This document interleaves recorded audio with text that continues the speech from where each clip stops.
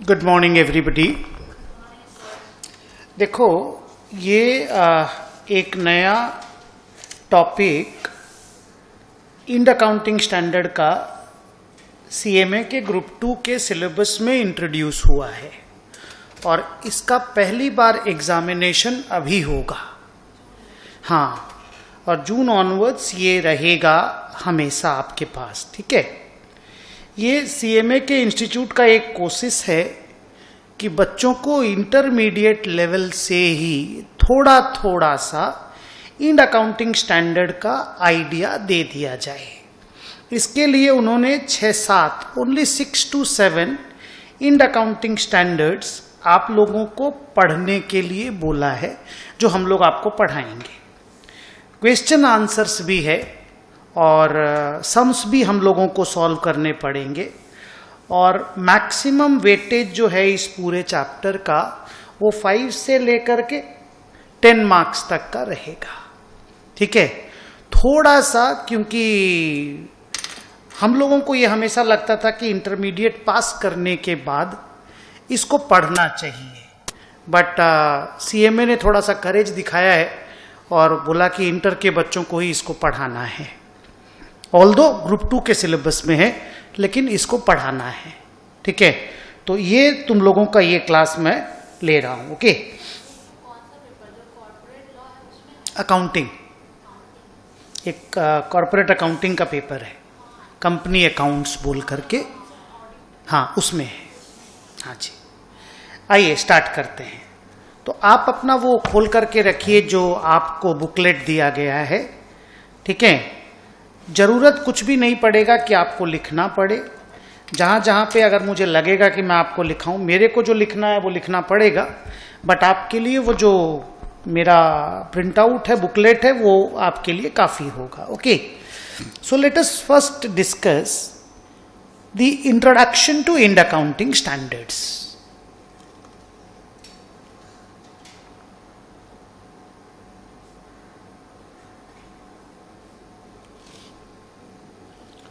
See, 2016, 1/4/2016 was the important date with regard to Ind Accounting Standard. 2016-17 was the first financial year जिसमें लोगों ने यानी कंपनियों ने इंड एएस को पहली बार फॉलो किया, पहली बार। ऑल्दो कंपनीज एक्ट ने बोला था कि अगर कोई कंपनी चाहे तो 15-16 से वॉल्यूंटरीली इंड एएस सिस्टम को अडॉप्ट कर सकती है, बट कंपल्सरीली उन्होंने बोला 2016-17 को आपका financial statement Ind AS compliant होना चाहिए। तो ये डेट थोड़ा ध्यान रखिएगा, 1/4/16 और 2016-17 इज द फिनेंशियल ईयर, इसको थोड़ा ध्यान रखिएगा। मैं आपको पहले बताता हूं कि इंड एएस क्या चीज है। इंट्रोडक्शन एक छोटा सा देता हूं। Ind accounting standard new system of accounting standard है। जैसे आप लोगों के ग्रुप 1 के सिलेबस में अकाउंटिंग स्टैंडर्ड है ना, उसका इंप्रूव्ड वर्जन है इंड एएस, उसी का इंप्रूव्ड वर्जन। और इंड एएस को बनाया गया है जो इंटरनेशनल फिनेंशियल रिपोर्टिंग स्टैंडर्ड है ना, जो लंदन में बनता है, यूके की कंपनियां जिसको फॉलो करती हैं, लंदन, इंग्लैंड, उसकी पैरिटी पे बनाया गया है। सो अगर एक लाइन बोले व्हाट इज इंड एएस, तो आप बोलेंगे Ind AS is a new system of accounting, standard ही मत बोलो, is a new system of accounting prepared in parity with IFRS which is being followed in United Kingdom। तो हम लोग अपने अकाउंटिंग सिस्टम को यूके के अकाउंटिंग सिस्टम के साथ अलाइन एक जैसा करना चाहते हैं, इसलिए हमने इंड अकाउंटिंग स्टैंडर्ड इंट्रोड्यूस किया। जब अरुण जेटली फिनेंस मिनिस्टर बने पहली बार मोदी जी की सरकार में, तो उन्होंने बोला कि नहीं अब लेट हो गया है। 2014 में मोदी जी सरकार चुन के आए थे और 14-15 में जब बजट पेश हुआ तो जेटली जी ने बोला इंड एस का टाइम आ गया है, अब आप लोगों को कंपनियों को बोला कि अब आप लोग इंड एस कंप्लाई करना स्टार्ट करो, एंड देन 16-17 में वो इंप्लीमेंट हो गया। सो कुछ नहीं है क्या हम लोग पहले अकाउंटिंग नहीं कर रहे थे? क्या हम लोग क्या ग्रुप 1 में क्लास में चैप्टर में सम नहीं बना रहे थे? क्या हम बैलेंस शीट पीएल नहीं बना रहे थे? हम बना तो रहे थे, हम एग्जिस्टिंग एस फॉलो करके बना रहे थे, अब लोग इंड एस फॉलो करके बना रहे हैं। फर्क क्या है? फर्क मैं हमेशा एक एग्जाम्पल में बोलता हूं, फर्क है मारुति और ओडी का। मारुति गाड़ी जानते हैं और ऑडी जानते हैं, ये फर्क है। दोनों ही गाड़ी है, दोनों ही डेस्टिनेशन पे लेकर के जाएगा, पर जो फर्क मारुति और ऑडी का है ना, वही फर्क अकाउंटिंग स्टैंडर्ड और इंड अकाउंटिंग स्टैंडर्ड का है। एक बहुत इंप्रूव्ड वर्जन है, एक थोड़ा सा ओल्ड वर्जन है, बट जो ओल्ड है वो आउटडेटेड नहीं है, वो एट प्रेजेंट फॉलो हो रहा है।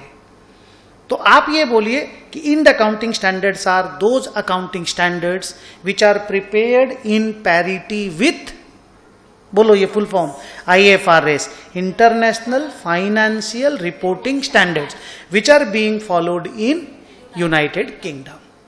और ये जो IFRS जो है ना, बोला जाता है this is that accounting language जो पूरी दुनिया में सबसे पॉपुलर है, और ये माना जाता है कि ये सबसे बेस्ट है, इससे अच्छा कुछ नहीं है।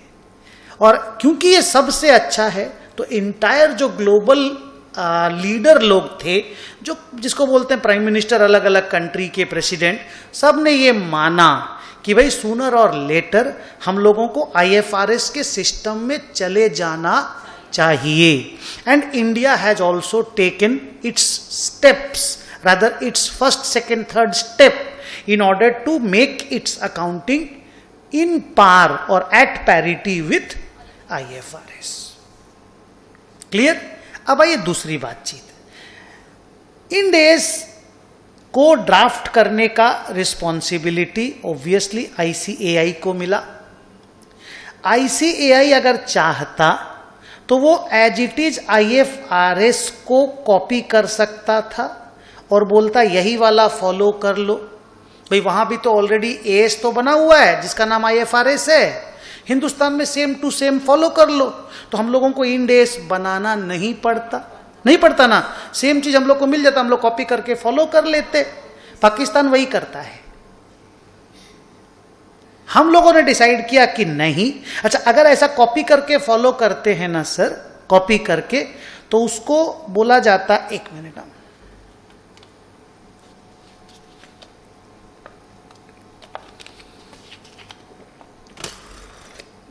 अगर हम कॉपी करके फॉलो करते ना तो उसको बोलते हैं अडॉप्शन, कि हमने अडॉप्ट कर लिया, एज इट इज अडॉप्ट कर लिया।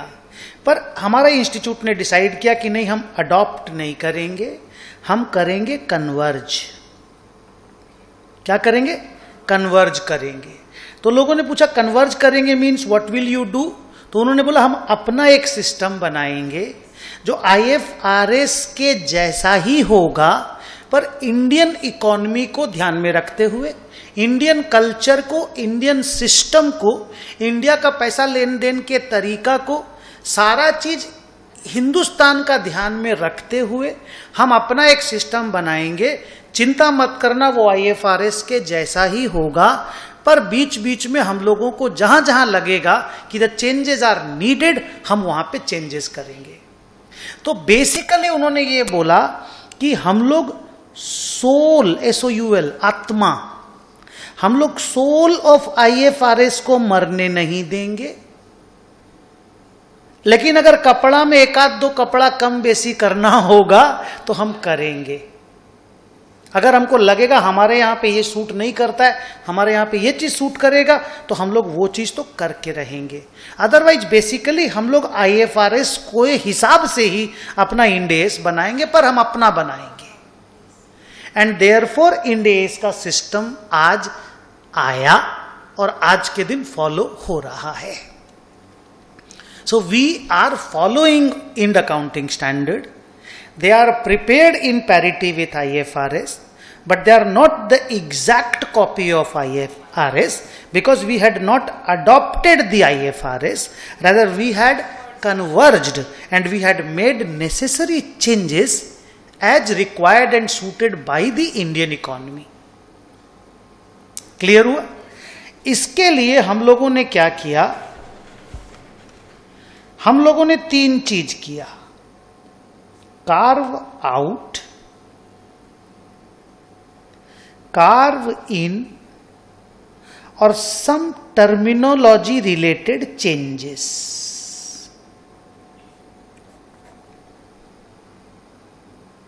अदरवाइज बेसिकली हम लोगों ने आईएफआरएस को ही अडॉप्ट किया है, बट अडॉप्ट नहीं, कन्वर्ज किया. तो कुछ तो चेंजेस हम लोगों ने किया.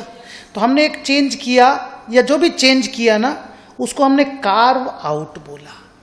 फॉर एग्जाम्पल, अमेरिका में अमेरिका बोलता, मान लो यूके में, अभी धीरे धीरे अमेरिका वाले भी इस सिस्टम में आ रहे हैं.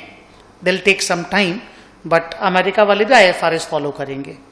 तो यूके में फॉर एग्जाम्पल मान लो एक पर्टिकुलर आइटम है, मान लो बियरर प्लांट. आप लोग फिक्स्ड एसेट की क्लास कर रहे हैं कि अभी नहीं कर रहे हैं? कर रहे हैं ना, वीडियो में कर रहे हैं. तो आपने बियरर प्लांट का नाम सुना होगा. तो यूके में ना बियरर प्लांट को पीपीई नहीं मानते. यूके में bearer plant is biological asset. मतलब इन आईएफआरएस अगर कोई टी गार्डन है, ऑरेंज ऑर्चर्ड है, तो उसको बायोलॉजिकल असेट मानते हैं और उसको फेयर वैल्यू पे वैल्यू करते हैं, माने मार्केट प्राइस पे वैल्यू करते हैं. बट हम लोग बियरर प्लांट को पीपीई मानते हैं और कॉस्ट मॉडल और इवैल्यूएशन मॉडल, कोई भी मॉडल से उसको मेजर करते हैं. तो ये हम लोग का कार्व आउट हो गया. हम लोग को लगा कि नहीं, हम लोगों के नज़र में बियरर प्लांट एक फिक्स्ड असेट ही है और हम लोग उसको यूज करके ऑरेंज निकालते हैं, आम निकालते हैं, बेचते हैं उसको.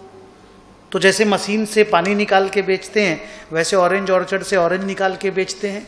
तो हम लोग को लगा कि नहीं, हम लोग बियरर प्लांट को बायोलॉजिकल असेट नहीं मानेंगे, हम लोग उसको पीपीई मान के अकाउंटिंग करेंगे.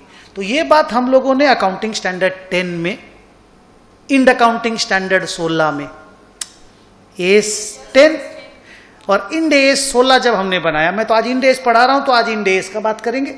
इंड एस 16 में ये बात हमने लिखा और इसको बोलते कार्व आउट. चेंज कर दिया हमने कोई चीज, अगर जो आईएफआरएस में कुछ है और हम लोग कुछ और करते हैं, उसको बोला गया कार्व आउट. फिर एक चीज आया डिस्कशन में, कार्व इन. मान लो कोई चीज आईएफआरएस में नहीं मेंशन किया हुआ है, इट इज नॉट देयर, माने उसका सिस्टम ही लंदन में नहीं है. से something is not there in their accounting system, but we sincerely feel that वो चीज होना चाहिए. तो उसके लिए फिर हम लोगों को एक्स्ट्रा पैराग्राफ डालना पड़ा. तो अगर ऐसा कुछ हमने किया ना, उसको बोलते कार्व इन. कार्व करके घुसा दिए. तो हम लोगों ने कुछ कुछ कार्व इन भी किया है, कुछ कुछ कार्व आउट भी किया है, एंड कुछ टर्मिनोलॉजी रिलेटेड चेंजेस भी किया. जैसे यूके में प्रॉफिट एंड लॉस अकाउंट को कॉम्प्रिहेंसिव इनकम और अदर कॉम्प्रिहेंसिव इनकम बोलते हैं. मतलब स्टेटमेंट ऑफ कॉम्प्रिहेंसिव इनकम, हम लोग उसका नाम दिए statement of profit and loss. तो इस तरह का कोई चेंज जो हमको लगता है हम लोग इतना साल से करते आ रहे हैं, ये सब चेंज नहीं करना चाहिए, तो वो चेंज हम लोगों ने नहीं किया. तो उसको टर्म्स चेंज नहीं हुआ क्या, टर्म, तो थोड़ा मोड़ा टर्म को हमने चेंज किया फ्रॉम आईएफआरएस. तो इस 3 चीज के अलावा, अदर देन दीज 3 एस्पेक्ट्स, हम लोगों ने आईएफआरएस को मेंटेन किया. And therefore we use the word convergence and not, we use the word convergence and not adoption. जैसे कुछ दिनों के बाद ना, जब आप लोग सीएमए की क्लास में अमलगमेशन अकाउंटिंग पढ़ोगे, जब भी आप अमलगमेशन अकाउंटिंग पढ़ोगे, तो वहां पे आपको एक चीज पढ़ने मिलेगा, amalgamation in the nature of merger. क्या पढ़ने मिलेगा? Amalgamation in the nature of merger. ऐसा कोई स्टोरी आईएफआरएस में नहीं है ही नहीं। हम लोगों को लगा कि नहीं, ये चीज सिस्टम में होना चाहिए, तो हमने जब इंड एस डिजाइन किया, हमने जब इंड एस डिजाइन किया तो हमने एक कार्विन किया, और उस कार्विन का नाम, इसी चीज का नाम हमने वहां पे रखा कॉमन कंट्रोल ट्रांजैक्शन। क्या नाम रखा? कॉमन कंट्रोल ट्रांजैक्शन, सीसीटी, या कुछ लोग उसको बोलते हैं कॉमन कंट्रोल बिजनेस कॉम्बिनेशन। दो बिजनेस जुड़ेगा ना अमलगमेशन में, तो कॉमन कंट्रोल बिजनेस कॉम्बिनेशन, उसको हम लोग कार्व इन करके डाला। कार्व आउट का एक एग्जाम्पल तुमको बताया यहां पे, बायोलॉजिकल असेट वाला। एक आपको और एग्जाम्पल बताते हैं, ये भी अमलगमेशन के चैप्टर से रिलेटेड है, जो आप बाद में पढ़ोगे सीएमए में। कि जैसे मान लो, कल ही तो बात कर रहा था मैं आपसे, अगर आपको ध्यान है, कल का क्लास आपने किया था ना। तो कल एक तो डिस्कशन आया था, net asset taken over purchase consideration. अगर हम लोग किसी कंपनी के बिजनेस को खरीदते हैं, माने किसी कंपनी को अगर एक्वायर करते हैं, और मान लो हम लोग उसको 100 करोड़ रुपया देते हैं, और उस कंपनी से जो असेट मिला टोटल, वो मान लो 120 करोड़ रुपया का है। से वी एक्वायर्ड 120 करोड़ का asset and we made a payment of 100 crore का पीसी, परचेज कंसीडरेशन। तो 20 करोड़ रुपया कम देना पड़ा हम लोग को, बिकॉज माल हमको ज्यादा मिला, पेमेंट हमने कम किया, तो ये तो प्रॉफिट हुआ। आईएफआरएस में ये प्रॉफिट, आईएफआरएस माने लंदन में, ये प्रॉफिट पीएल में जाता है। हमारे यहां बोला गया कि नहीं, कैपिटल रिजर्व बैलेंस शीट में लेके जाना होगा, कैपिटल रिजर्व में डालना होगा, हम लोग पीएल के थ्रू से इसको लेके नहीं जाएंगे। तो ये हमने किया कार्व आउट, कि वो लोग इस इनकम को पीएल में डालता है लंदन वाला, हम लोग यहां पे बैलेंस शीट में कैपिटल रिजर्व के थ्रू से डालेंगे। तो दिस इज ए सिंपल सा कार्व आउट। क्लियर? तो ये बेसिकली एक बिगिनर्स के लिए इंड एस का एक बेसिक डिस्कशन था। अभी हिंदुस्तान में इंड एस का कहानी ये है बेटा, कि जितना भी लिस्टेड कंपनी है, जितना भी लिस्टेड समझते हो, जिनका, हाँ नहीं, लिस्टेड 250 करोड़ नहीं होता है। लिस्टेड माने जिनका स्टॉक एक्सचेंज में शेयर सेल परचेज होता है। मतलब अगर कोई कंपनी ने पब्लिक इशू किया है, पब्लिक इशू आपने पढ़ा है, accounting for share issue, foundation में share issue accounting, bank account debit to share application, ये पढ़े हो। तो कोई भी कंपनी अगर पब्लिक में शेयर इशू किया है, जिसका शेयर पब्लिक के पास है, for example Reliance industries limited, इसका शेयर पब्लिक के पास है, मेरे पास भी है, तो इस कंपनी का शेयर को मार्केट में लिस्टेड होना पड़ेगा। ये कंपनी अपना शेयर स्टॉक एक्सचेंज में लिस्टिंग कराएगा, so that people can buy and sell.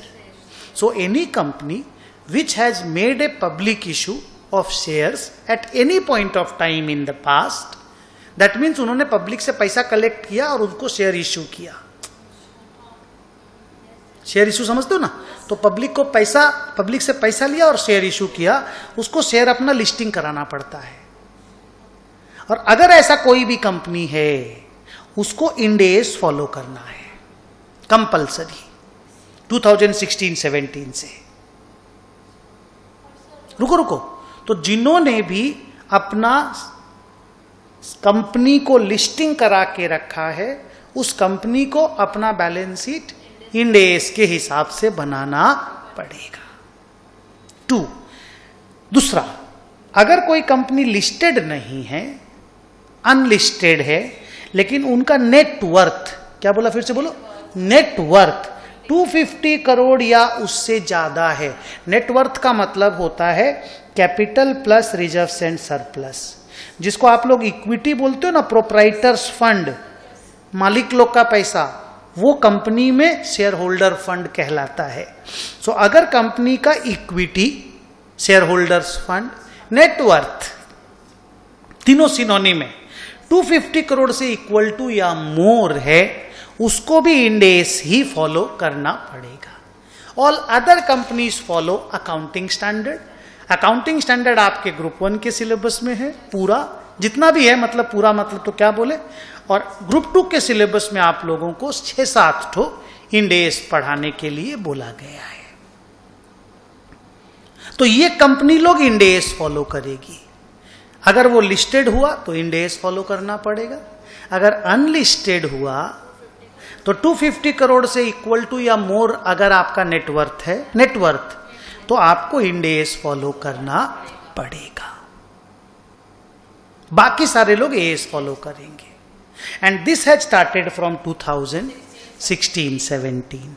So currently we are running 2023-24। ये स्टार्ट हो गया ना, अप्रैल चला गया ऑलमोस्ट, तो 1/4/23 स्टार्ट हो गया। तो राइट नाउ 23-24 रनिंग है राइट नाउ। तो अब 6 साल पुराना बात हो गया। 6 साल से हिंदुस्तान में इंड एस फॉलो हो रहा है, but still it is a 6-year child, so it's a kid, but it is developing and sooner you will see that सारा अकाउंटिंग स्टैंडर्ड भी जो है ना, वो भी इंड एस के जैसा बन जाएगा। इंड एस नहीं बनेगा, इंड एस के जैसा बन जाएगा। जैसे अगर आपने मेरा AS10 का क्लास देखा है, जो मैं अभी पढ़ा रहा हूं, जो कल खत्म हुआ, उसमें मैं साफ बोला था कि अगर आप AS10 पढ़ लिए तो इंड एस 16 भी पढ़ लिए, बिकॉज पूरा सेम टू सेम है, एक पैराग्राफ भी डिफरेंट नहीं है।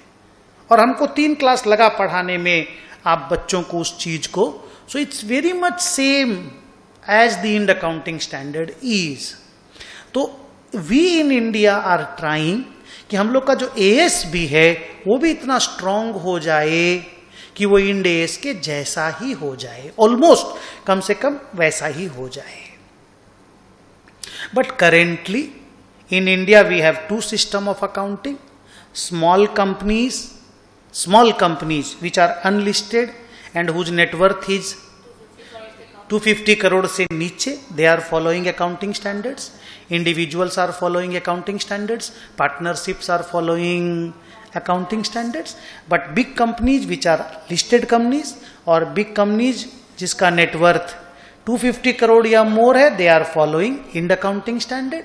इंड अकाउंटिंग स्टैंडर्ड और एएस में क्या फर्क है? जो फर्क मारुति में और ऑडी में है, इट इज मच इंप्रूव्ड। तो end S far much improved है, ये थोड़ा सा कमजोर है, पर काम तो दोनों ही आता है। हिंदुस्तान में आज भी ज्यादा मारुति ही सेल हो रहा है। So basic introduction to Ind accounting standard is over.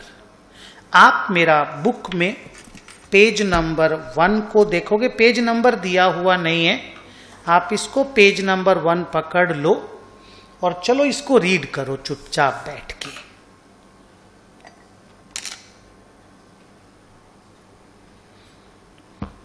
अगर बुक नहीं है तो यहां पर से रीड करो।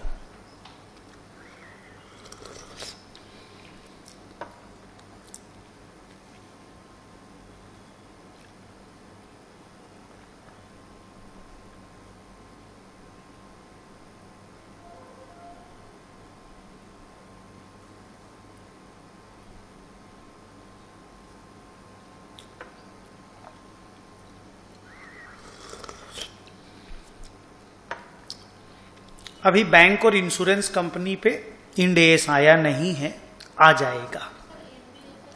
NBFC non banking finance companies. Non banking finance companies क्या होता है? जैसे अगर आपने नाम सुना हो बजाज फिनांस का नाम सुना, बजाज फिनांस, मुथूट फिनांस नाम सुना है? हाँ, एडवर्टाइजमेंट में तो मुथूट फिनांस, घर में रखा है सोना तो फिर काहे का रोना, एडवर्टाइजमेंट आता है ना। तो वो जो मुथूट फिनांस है that is an NBFC.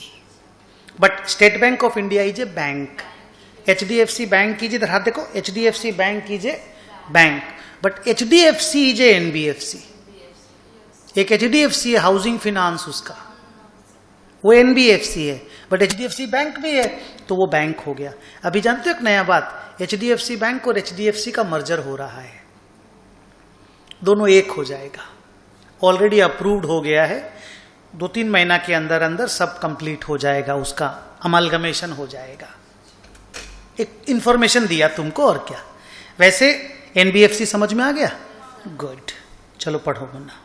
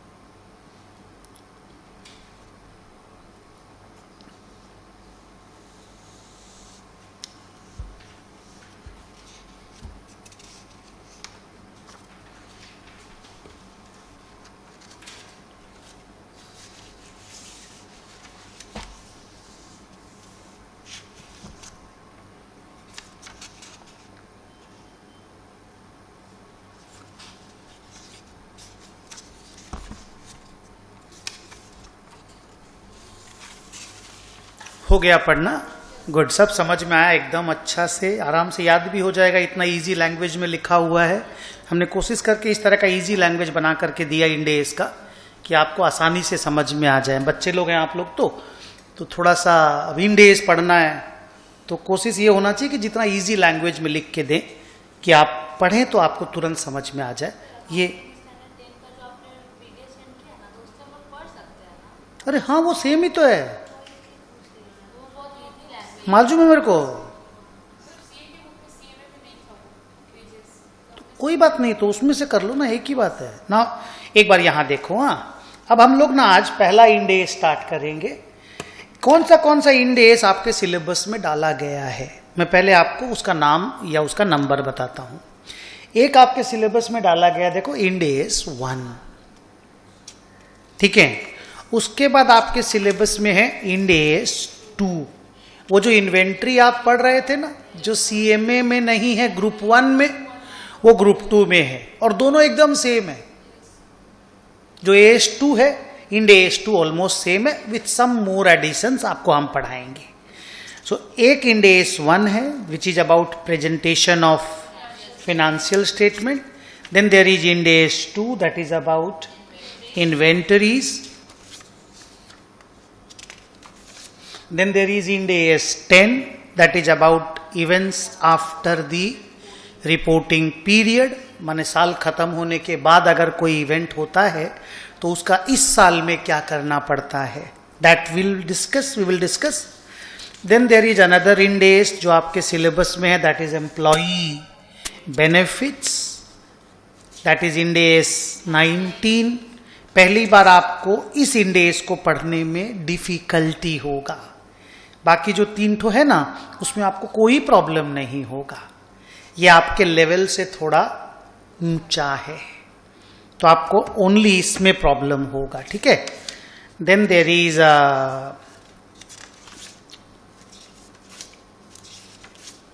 Ind AS 33 which is about earning per share.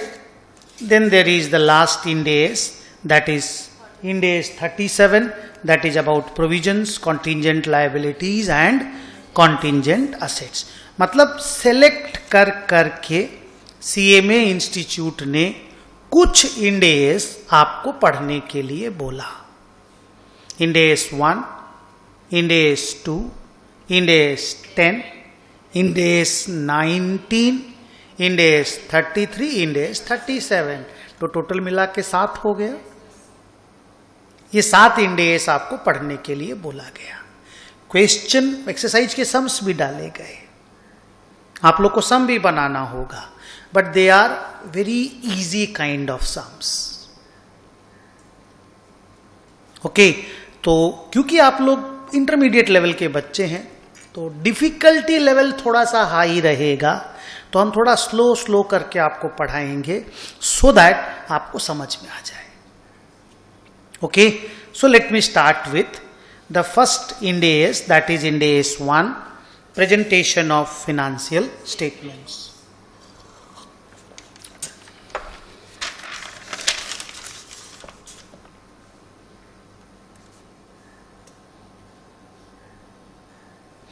अगला क्लास से आपका CMA का बुक नहीं आया, आप बोले ना, ICMAI का बुक नहीं आया ना, तो ठीक है, हम आपको एक जेरोक्स कॉपी उस जगह का ला के दे देंगे, क्योंकि सम्स भी बनाएंगे ना, तो उसी से हम लोग बनाएंगे।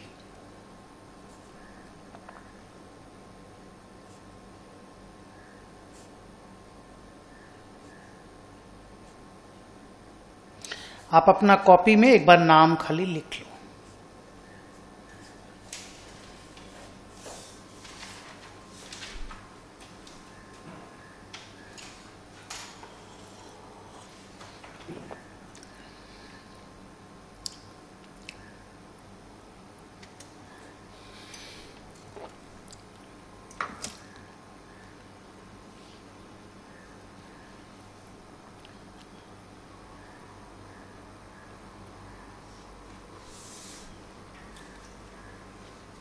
ओके, देखिए आपके सिलेबस में जब ये वाला डाला गया ना चैप्टर, तो ये भी बोला गया कि इसके साथ जो एस है ना, उसमें क्या डिफरेंस है वो भी बताइए। ठीक है, तो इसके अगेंस्ट में जो एस है उसका नंबर भी AS1 है, जो डिस्क्लोजर ऑफ अकाउंटिंग पॉलिसीज है। आपने AS1 का क्लास तो किया होगा, तो उसका और इसका ना कोई कंपैरिजन नहीं है। ये बहुत वास्ट है और वो उसमें कुछ भी लिखा हुआ नहीं है। तो तुम्हारा CMA इंस्टीट्यूट ने क्या किया, जब अपना बुक बनाया तो Ind AS 1 और AS1 का डिफरेंस को साइट नहीं किया। बोला कुछ कंपैरिजन ही नहीं है तो क्या डिफरेंस बताएं। वो अलग ही चीज को डील करता है और ये एकदम अलग चीज को डील करता है। वो एक छोटा सा खाली ABCD पढ़ाता है और ये पूरा शेक्सपियर पढ़ा रहा है।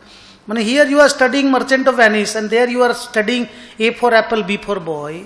तो बोला कंपैरिजन नहीं है, सो देयरफॉर कंपैरिजन इसका पढ़ने का जरूरत नहीं है, आप खाली इसको पढ़ लो। Okay, now let us start. देखो बीच बीच में हम क्या करेंगे ना बच्चा, हम रिलायंस इंडस्ट्रीज लिमिटेड का नाम लेंगे। रिलायंस इंडस्ट्रीज लिमिटेड एक लिस्टेड कंपनी है जिसका पब्लिक के पास शेयर है, मेरे पास भी है। 2, रिलायंस अपना बैलेंस शीट Ind AS के हिसाब से बनाता है और 2016-17 से बना रहा है। तो मैं इसका नाम लेके बोलूंगा, तुम समझ जाना okay the company is following Ind AS, क्योंकि हमको तो Ind AS पढ़ाना है ना बेटा आपको। Okay, so now let us talk preparation of financial statements as per Ind AS 1। Ind AS 1 का बोलना है कि फाइनेंशियल स्टेटमेंट्स में 5 फाइनेंशियल स्टेटमेंट इंक्लूड होगा। माने अगर रिलायंस अपना फाइनेंशियल स्टेटमेंट बनाएगा तो उसको 5 चीज बना के देना होगा। एक balance sheet, P&L, cash flow statement, statement of changes in equity और notes on accounts. Balance sheet पहला स्टेटमेंट होगा, P&L दूसरा, statement of changes in equity तीसरा, कैश फ्लो चौथा और नोट्स पांचवा। ये 5 स्टेटमेंट बनाना होगा। आपने पास्ट टेंस में बैलेंस शीट बनाया है, पास्ट टेंस में आपने P&L बनाया है। कैश फ्लो मुझे मालूम नहीं आप लोगों ने बनाया कि नहीं, लेकिन कैश फ्लो स्टेटमेंट आप लोगों को पढ़ना है, आपके CMA में है। आपने नोट्स भी बनाया होगा, ये आपने कभी नहीं बनाया होगा statement of changes in equity. ये क्या चीज है, ये जो शेयर कैपिटल होता है ना, शेयर कैपिटल कंपनी का, और रिजर्व्स एंड सरप्लस होता है, इसमें जो चेंजेस हुआ ना साल भर में, उसका एक टेब्यूलर फॉर्म में प्रेजेंटेशन। जैसे लेजर अकाउंट में सारा चेंजेस दिखता है ना, वैसे एक स्टेटमेंट बना के लेजर अकाउंट को कॉपी कर दो।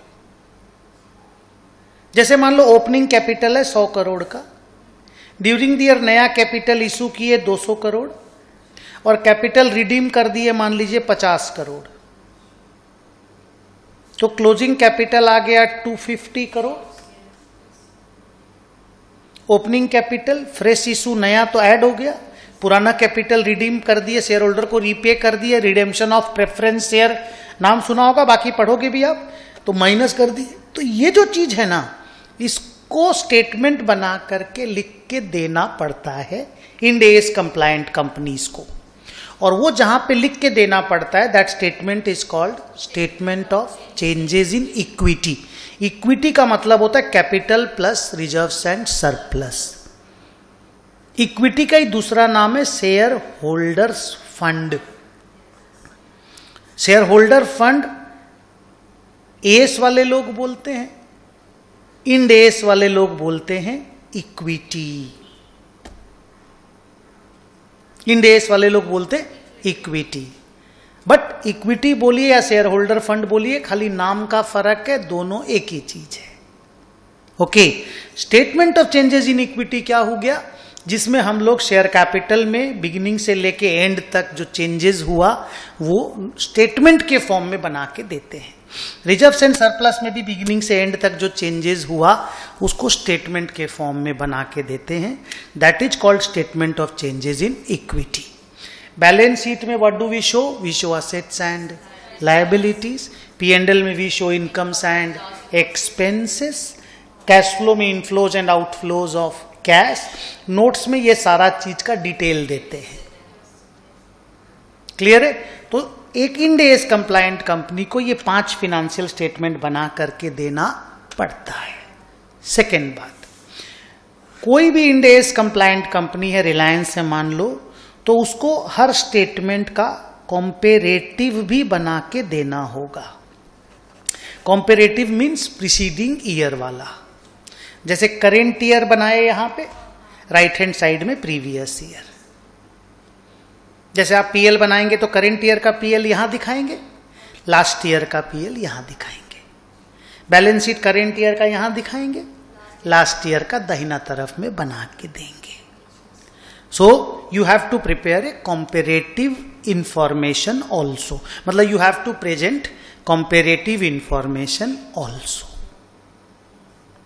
ओके, नेक्स्ट बातचीत आया कि इंड एस कंप्लायंट कंपनी को कभी कभी 3 बैलेंस शीट भी बना के देना पड़ता है। कभी कभी, कब हम आपको बता रहे हैं, बट कभी कभी 3 बैलेंस शीट बना के देना पड़ता है। जब 3 बैलेंस शीट बना के देना पड़ता है तो मान लो जैसे ये वाला साल है 2022-23 करंट जो चल रहा है वो वाला नहीं, जो खत्म हो गया, वो अभी जो खत्म हुआ, और इस साल मान लो इसको 3 बैलेंस शीट बना के देना है। से रिलायंस को 3 बनाना है, तो एक बैलेंस शीट वो बनाएगा 31/3/23 का। नॉर्मल बात बोले, एक पिछला साल का 31/3/22 का, और एक उसके पिछला साल का 1/4/21 का। 31/3/21 ही लिखा हुआ है, बट उसको 1/4 बोला जाता है। ये वाला बैलेंस शीट भी देना पड़ेगा, एक साथ 3 बैलेंस शीट। बट ऐसा कभी कभी होता है, कब होता है हम आपको बता रहे हैं, बट और ऐसा सिर्फ इंड एस में ही होता है, एस के सिस्टम में ऐसा कभी नहीं होता। Okay, so Ind accounting standard requires a company at times to prepare 3 balance sheets. 1 balance sheet current year end, second balance sheet preceding year end, third balance sheet beginning of the preceding year. Beginning of the preceding year. Sir ऐसा कब करना पड़ता है? पहली बार first case कि आपको 3 balance sheet बनाना है, when a company applies Ind AS system first time adoption जब Ind AS का होगा 3 बैलेंस शीट बनाना होगा। तो सोचो रिलायंस ने पहली बार Ind AS कब एडॉप्ट किया था? Thank you. 16-17 में किया था तो उसने 3 बैलेंस शीट बनाया होगा। बोलो कौन सा, ठीक से देख के डेट बोलो, बैलेंस शीट का डेट होता है। पहला बैलेंस शीट जो करेंट ईयर का था 31/3/17, एक 31/3/16 जो पिछला साल का था, और एक 1/4/15। जब रिलायंस पहली बार इंड एस अडॉप्ट किया था तो उस वक्त रिलायंस ने 3 बैलेंस शीट यही वाला बनाया था। आइए मैं आपको प्रूफ दिखाता हूं इसका। हाँ, रिलायंस का बैलेंस शीट दिखाते हैं, आप देखिए वहां 3 बैलेंस शीट है।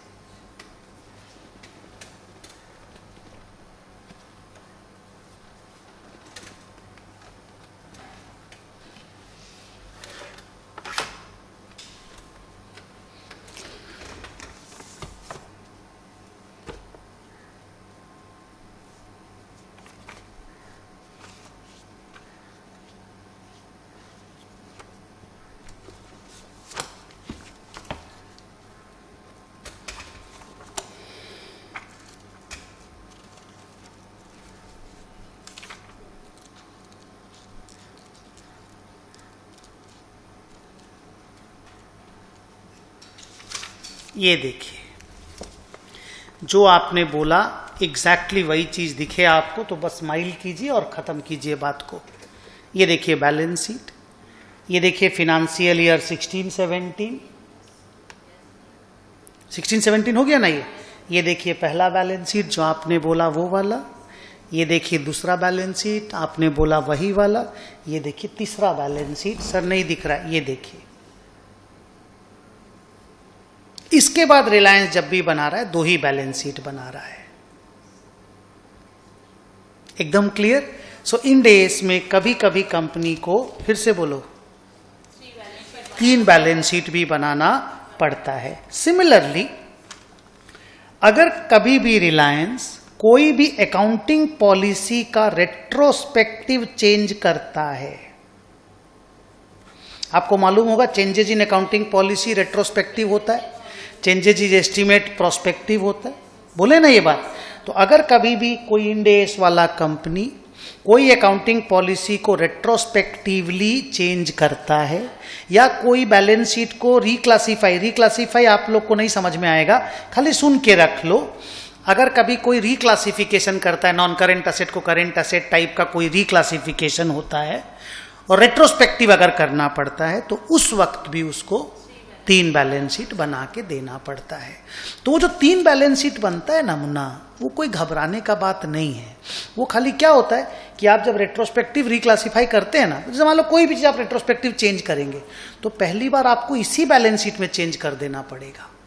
जैसे मान लो अभी इस साल रिलायंस को लगा कि हम कोई पॉलिसी को रेट्रोस्पेक्टिव चेंज करेंगे, तो रेट्रोस्पेक्टिव तो घुमा के कई साल से चेंज करना पड़ेगा ना, जब से कंपनी पैदा हुई तब से। तो उसका पहला चेंज यहां पे इंपैक्ट डालना होगा, फिर ये साल पूरा नया पॉलिसी के हिसाब से बनाना पड़ेगा, ये भी नया पॉलिसी के हिसाब से। तो क्योंकि पहली बार इस बैलेंस शीट में चेंज डालना पड़ता है, पुराना सारा चेंज जो 2000 मान लो कंपनी बनी थी 2000 में, तो 2000 से लेके 2021 तक का चेंज इस बैलेंस शीट में डाल दिया, फिर 21-22 नॉर्मल, 22-23 नॉर्मल बनाया, इसलिए वो 3rd बैलेंस शीट बनाना पड़ता है। So, Ind accounting standard requires a company to prepare 3 balance sheet in few cases. One is when the company adopts Ind AS for the first time, and secondly when the company changes its accounting policies retrospectively. Clear है? So with this मेरा पहला paragraph complete होता है। जाओ पहला paragraph को आराम से बैठ के रीड करो, एकदम टाइम ले करके अच्छे से, एकदम इजी करके आपको पढ़ाएंगे, सो दैट कोई प्रॉब्लम आपको नहीं होगा।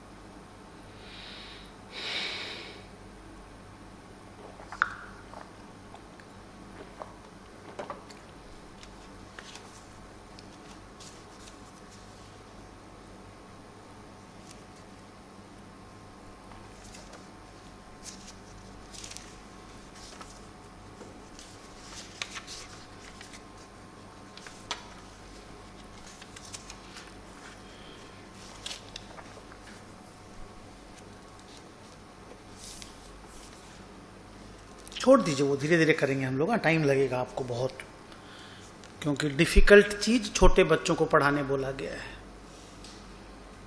ठीक है, तो अब उपाय नहीं है, सीएमए ने बोला है तो कराना पड़ेगा। अब यहां पे देखिए, एक चीज और देखिए, फिर अपने सेकेंड पैरा में जाएंगे। हर चीज हम यहां पे प्रैक्टिकली आपको दिखाएंगे तो आपको बहुत कंफर्टेबल लगेगा। फिर देख लेंगे ना, बोलते हैं लोग सीइंग इज बिलीविंग, देख लेने से विश्वास हो जाता है, तो ये उस तरह से करके दिखाएंगे। ये देखो बैलेंस शीट, ये देखो P&L, है ना, और ये देखो statement of changes in equity. बोले थे ना ये तीसरा वाला स्टेटमेंट होता है। और ये देखो चौथा स्टेटमेंट कैश फ्लो, और उसके बाद देखो पांचवा स्टेटमेंट नोट्स ऑन अकाउंट्स। तो ऐसा 5 स्टेटमेंट आपने देखा, उसको complete set of financial statement बोला जाता है। ओके, सो अब ना हम सेकेंड पैराग्राफ में चलते हैं। इंड AS 1 का आपके लेवल पे बनाया हुआ नोट्स है। Second paragraph is about statement of profit and loss. पहले आपको एक बात और बता दें, ये जो इंड AS कंप्लायंट कंपनी है ना, जैसे रिलायंस है ना, उसको अपना बैलेंस शीट और P&L सभी कुछ, कैश फ्लो वगैरह सब कुछ वर्टिकल फॉर्म में बनाना पड़ता है। वर्टिकल फॉर्म माने टी शेप नहीं, टी नहीं, ऊपर नीचे। जैसे PL में ऊपर इनकम नीचे एक्सपेंस, असेट लायबिलिटी में ऊपर असेट नीचे लायबिलिटी, ऐसे करके बनाना पड़ता है। आपने देखा होगा टी नहीं था वहां पे, नहीं था ना, वर्टिकल फॉर्म बोलते हैं उसको, वर्टिकल फॉर्म बोलते हैं, और टी शेप को बोलते हैं हॉरिजॉन्टल फॉर्म। तो हर Ind AS compliant company vertical form पे बैलेंस शीट बनाएगा। और इंड AS कंप्लायंट कंपनी को कंपनीज एक्ट में एक शेड्यूल 3 में एक डिवीजन 2 अलॉट किया गया है। क्या बोला? शेड्यूल 3 में डिवीजन 2 पार्ट 2। जैसे शेड्यूल 3 पार्ट 1 जो है वो AS वाला कंपनी फॉलो करता है, और शेड्यूल 3 पार्ट 2 जो है उसको डिवीजन 2 नाम दिया गया है, प्लीज। हाँ, वो इंड AS वाला कंपनी फॉलो करता है। और शेड्यूल 3 डिवीजन 3 भी है, वो NBFC फॉलो करता है, जो इंड AS कंप्लाई करता है। NBFC अभी नाम दिए थे ना, तो वो रेलेवेंट नहीं है बेटा, उसको इग्नोर करो।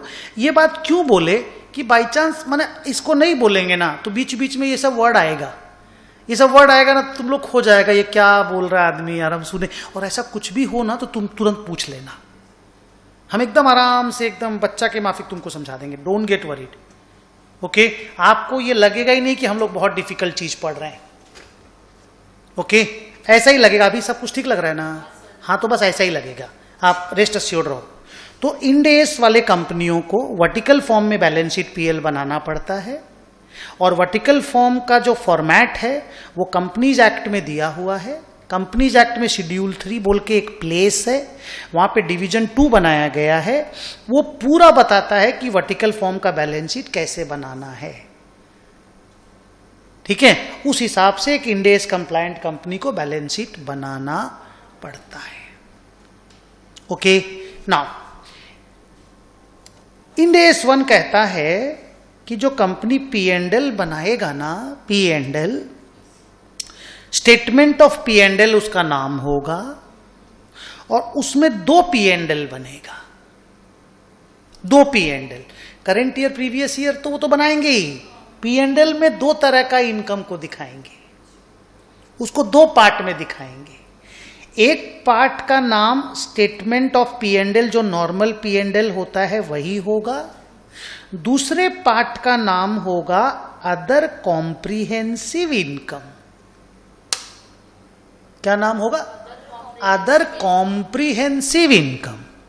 जो रिवैल्यूएशन रिजर्व आप नाम सुने थे ना, अभी AS 10 की क्लास में सुन रहे हैं ना आप लोग, वो अदर कॉम्प्रिहेंसिव इनकम में आता है। और जो normal sale, purchase, opening stock, closing stock, salary, rent, ये जो इनकम एक्सपेंस है वो PL में आता है। मतलब इसके अंदर ना अनरियलाइज्ड प्रॉफिट लॉस आता है इसके अंदर, जैसे रिवैल्यूएशन रिजर्व क्या है? एक असेट के दाम को बढ़ा दिए। असेट खरीदे थे 20 लाख रुपया में, 2 साल बाद रिवैल्यू किए तो उसको 24 लाख बना दिए, तो वो 4 लाख कोई रियलाइज्ड प्रॉफिट तो नहीं है ना, हम लोग असेट का दाम खाली बढ़ा दिए। यस और नो? कोई बेच के कमाया तो वो तो रियल प्रॉफिट है, ये तो खाली ऐसे ही लिखा हुआ प्रॉफिट है ना, बढ़ा दिए थे। तो इस प्रॉफिट को इन्होंने बोला अदर कॉम्प्रिहेंसिव इनकम में लिखना है। फिर यहां से बैलेंस शीट में जब जाएगा तो रिवैल्यूएशन रिजर्व के नाम से ही जाएगा, लेकिन पीएल में भी दिखाना होगा second part of the P&L में। मतलब P&L will consist of 2 parts.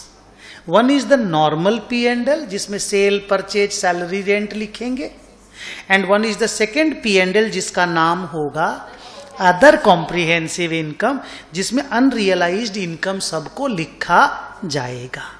There are 6 to 7 type of unrealised income only, जिसका लिस्टिंग किया हुआ, जिसको बताया गया कि ये आइटम अदर कॉम्प्रिहेंसिव इनकम में आएगा। सिर्फ वही आइटम अदर कॉम्प्रिहेंसिव इनकम में आएगा जो आपको बोला गया है, उसके अलावा कुछ नहीं आएगा। आपको मैं और एक इनकम बताता हूं, यू विल अंडरस्टैंड दैट, क्योंकि वो आप सीए इंटर में पढ़े हैं, ब्रांच अकाउंटिंग पढ़े हैं। ब्रांच अकाउंटिंग में नॉन इंटीग्रल फॉरेन ब्रांच पढ़े हैं। उसमें जो फॉरेन एक्सचेंज फ्लक्चुएशन आता था वो रिजर्व में जाता था, याद है? एक तो इंटीग्रल वाला तो पीएल में चला जाता था और नॉन इंटीग्रल वाला बैलेंस शीट में जाता था, वो भी अदर कॉम्प्रिहेंसिव इनकम में दिखाना पड़ता है। तो बोलते हैं अगर कोई इंड एस कंप्लायंट कंपनी का कोई फॉरेन ऑपरेशन है, कोई फॉरेन में सब्सिडरी है, और वो अगर नॉन इंटीग्रल नेचर का है, तो उसका जो ट्रायल बैलेंस के कन्वर्ट करने का जो प्रॉफिट होगा वो अदर कॉम्प्रिहेंसिव इनकम में आएगा। रिवैल्यूएशन रिजर्व भी अदर कॉम्प्रिहेंसिव इनकम में आएगा। तो कुछ आइटम ऐसा लिस्टिंग किया हुआ है जो अदर कॉम्प्रिहेंसिव इनकम में आता है, but basically their nature is unrealised incomes. और ये जो पीएल है ये नॉर्मल वाला पीएल है, जिसमें आप लोग सैलरी, रेंट, डेप्रीसिएशन सब लिखते हो ना, profit before tax, profit after tax निकालते हो, ये वो वाला पीएल है। तो इंड एस वाला कंपनी जब पीएल बनाता है ना, तो पहले अपना पीएल बना दिया, उसमें मान लो प्रॉफिट आया, फाइनल प्रॉफिट आफ्टर टैक्स आया 400 करोड़ रुपया। फिर अदर कॉम्प्रिहेंसिव इनकम बनाया, उसका मान लो प्रॉफिट आया 130 करोड़ रुपया। दोनों को ऐड करके बोलेगा टोटल कॉम्प्रिहेंसिव इनकम 530। क्लियर हुआ? और ऐसा काम प्लीज एएस में नहीं होता। एएस में खाली यही वाला प्रॉफिट लॉस बनता है, ये सीधा बैलेंस शीट में जाता है। यहां पर भी बैलेंस शीट में जाएगा, पर पीएल के थ्रू से जाएगा, रास्ता पीएल से होके गुजरेगा। तो इंड एस वाले लोग P&L 2 बनाते हैं। रिपीट कर रहा हूं बार बार, आपको थोड़ा कमांड आ जाएगा बेटा।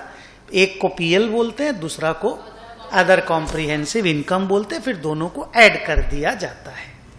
ओके, अपने बुक में पैराग्राफ नंबर 2 पढ़ो।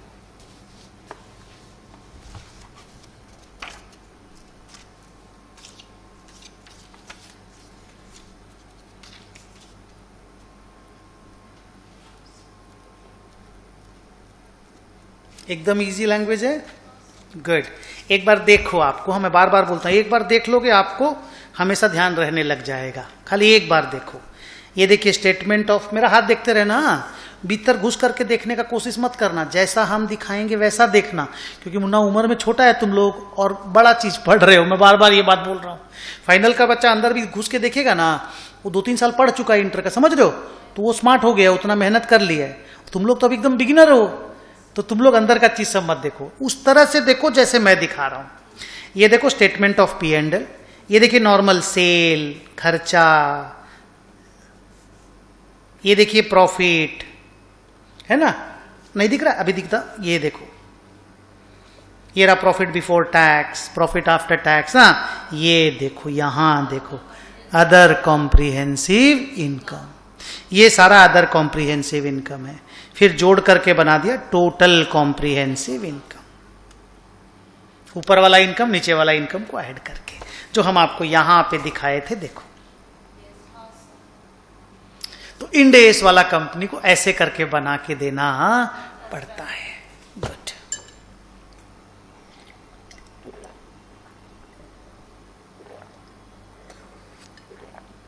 अब आइए अपना नेक्स्ट पॉइंट में। एक एक पैराग्राफ ना हम लोग रीडिंग करके भी कंप्लीट करेंगे, ठीक है बेटा, सो दैट आपको ऐसा फील हो कि हाँ now we are fit, we are okay.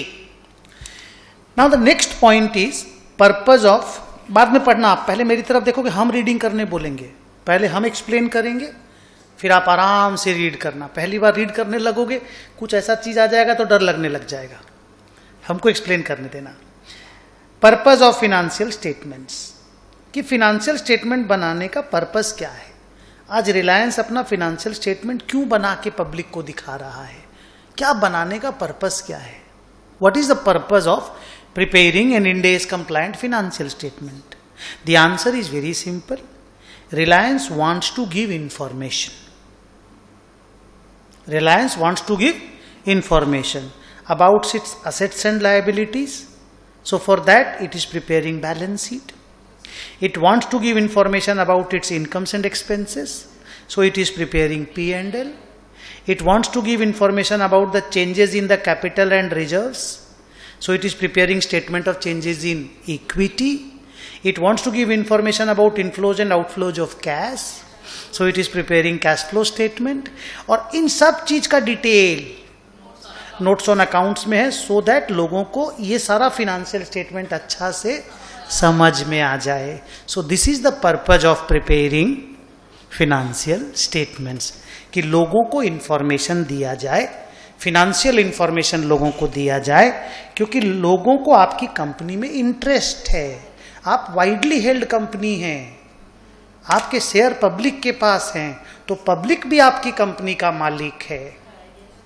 हम भी तो रिलायंस का मालिक है ना, भले मेरे पास 500 शेयर ही है या 5000 शेयर ही है मेरे पास।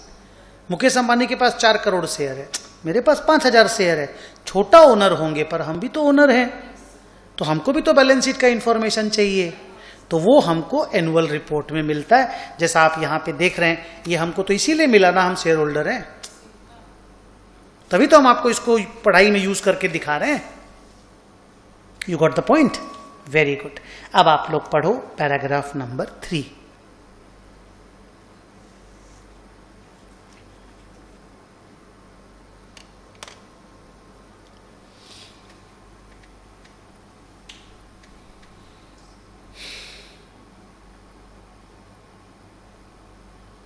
एकदम ओके, गुड। अपना अगला टॉपिक है आज का इंड एस 1 में ट्रू एंड फेयर व्यू। ये ट्रू एंड फेयर व्यू से अब आपका दोस्ती हो गया होगा, अपने कई बार डिस्कस कर चुके।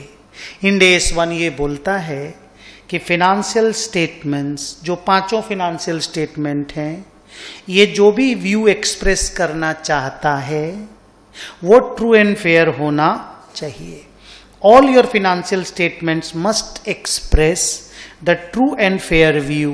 Your balance sheet should express true and fair view about your assets and liabilities. Your P&L should express true and fair view about your incomes and expenses and profits. वैसे ही हर financial statement true and fair view express करना चाहिए। True and fair view का मतलब होता है faithful presentation। अगर आप कोई भी चीज को फेथफुली बोल देंगे ना, तो आप सच बोल रहे हैं, हो गया काम खत्म। यस और नो? अभी मान लीजिए आप यहां से घर जाएंगे, ठीक है, अभी मान लीजिए जैसे आप आए, आपको देर हो गया आने में, you reach at around 10:30, this girl reach at around 10:10 या 10:15। तो मैंने इसको पूछा कि क्लास स्टार्ट करें, बोला नहीं सर वो दूसरी वाली बच्ची भी आ रही है, वो 10:30 पे आएगी, माने उसका मेट्रो छूट गया है। तो आपने इसको बोला मेरा मेट्रो छूट गया है, जरूर समझे ना बेटा, तो आपने सच बोला, दैट इज कॉल्ड, भाई you were faithful to her. When you said a sentence you were faithful to her. तो वैसे मुकेश अंबानी को फेथफुल होना पड़ेगा, मुकेश अंबानी के ऊपर बैलेंस शीट बनाने का रिस्पॉन्सिबिलिटी है ना, मैनेजमेंट इज रिस्पॉन्सिबल ना, तो उसको फेथफुली प्रेजेंट करना है हर चीज को, दैट्स इट। क्लियर? तो फेथफुल प्रेजेंटेशन को ही ट्रू एंड फेयर व्यू बोला जाता है। जब बैलेंस शीट बनाते हैं ना, तो उसमें हम लोग बोलते हैं फिनेंशियल पोजीशन का प्रेजेंटेशन होता है, पोजीशन। और पीएल जब बनाते हैं तो फिनेंशियल परफॉर्मेंस का प्रेजेंट। पीएनएल में तो परफॉर्म करते हैं ना, प्रॉफिट ड्यूरिंग द ईयर कितना हुआ, इस साल हम कैसा परफॉर्म किए।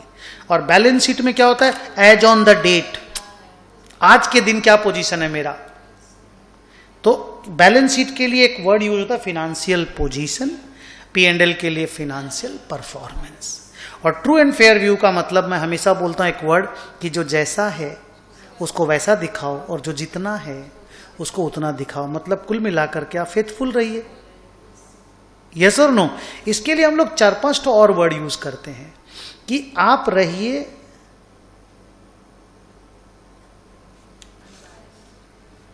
अनबायस्ड, ना किसी को सपोर्ट करिए ना किसी के अगेंस्ट में जाइए। मतलब जो जैसा है वैसा बताइए। अगर आप किसी के टूवर्ड्स बायस्ड रहेंगे तो फिर तो आप गलत बात बोलेंगे ना। फॉर एग्जाम्पल मान लो इस बच्ची ने दूसरी बच्ची को मार के मुंह तोड़ दिया उसका, और आप वहां स्कूल में थे। अब मैं इस बच्ची का मान लो फादर हूं, उस बच्ची का कंप्लेन है जिसका मुंह इसने तोड़ा, नहीं समझे। अब मैं आपसे पूछा बेटिया क्या हुआ बताओ, तो आप अगर इसके टुवर्ड्स बात बोलेंगे कि नहीं पापा कुछ नहीं हुआ, उसका मुंह तो ऐसे ही टूट गया, वो तो गिर गई थी कहीं पे, तो आप तो फेथफुल नहीं है ना, आप इसके टुवर्ड्स बायस्ड हो गए ना। तो आप बायस्ड मत होइए, अनबायस्डली बोलिए। आपका फिनेंशियल स्टेटमेंट फेथफुली प्रेजेंट होके ट्रू एंड फेयर व्यू दिखलाएगा। क्लियर? और ट्रू एंड फेयर व्यू के बारे में हम लोग पहले से भी जानते हैं, तो this is nothing new. Paragraph number 4 को रीड कर लो।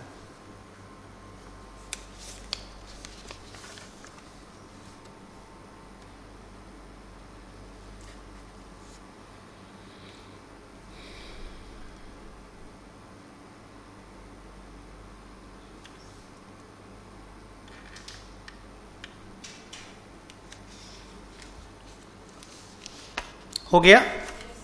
The next topic is about explicit and unreserved statement.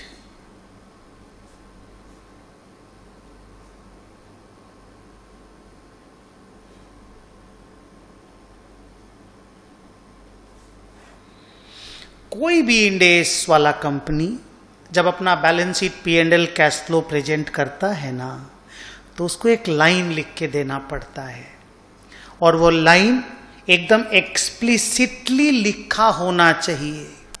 Explicit मतलब होता है क्लियर कट बोला हुआ बात।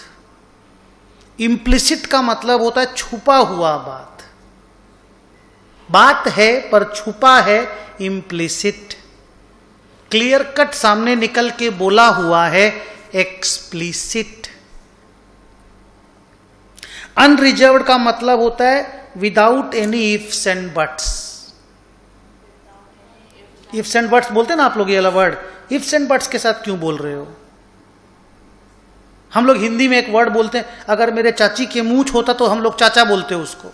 अरे क्या फालतू बात है, आप समझे मैं क्या बोल रहा हूं? तो अगर मगर करके मत बोलो, एकदम अनरिजर्व्ड स्टेटमेंट दीजिएगा।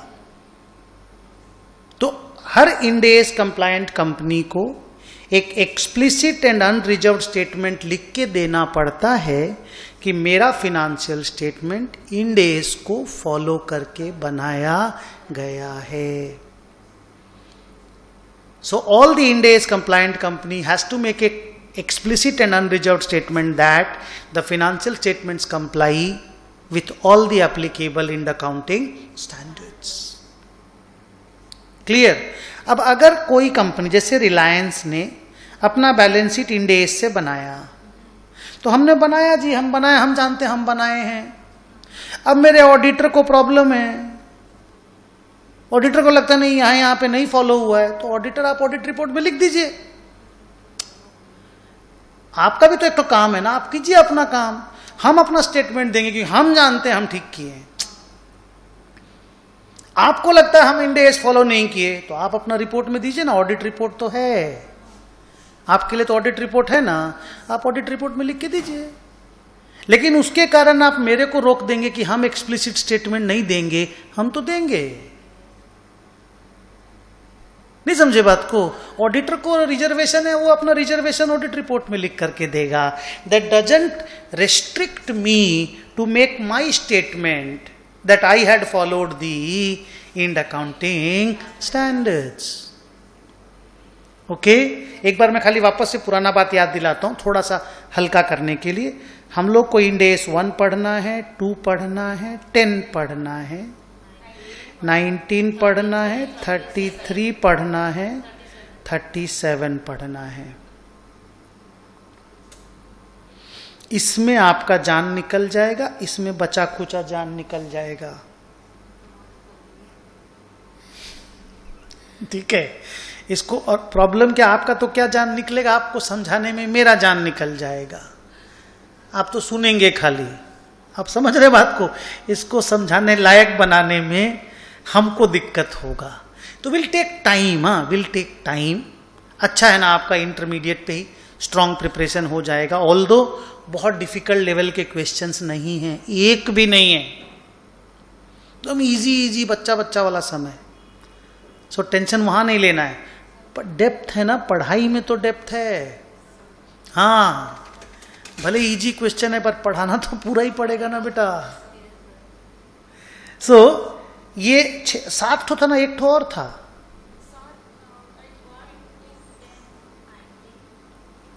1 to 10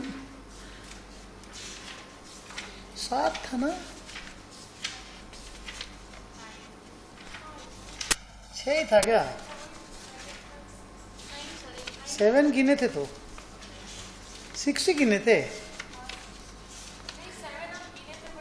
हाँ वही तो बोल रहे हैं। नहीं बेटा,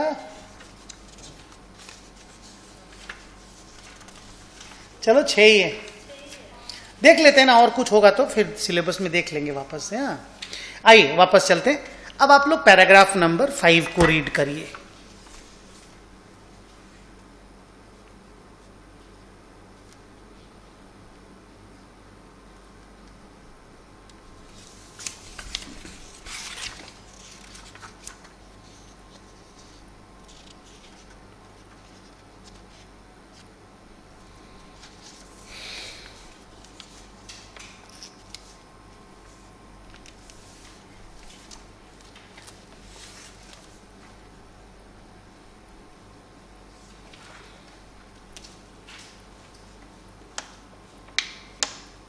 एकदम सिंपल, ग्रेट।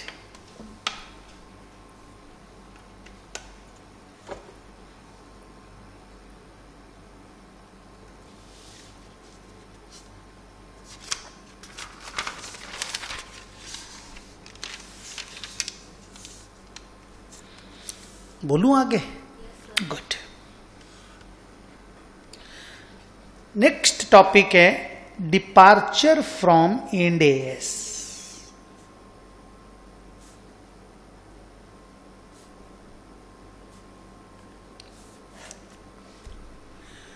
इंड एस 1 का बोलना है कि भाई एक तो इंड एस नहीं है, बहुत सारा इंड एस है।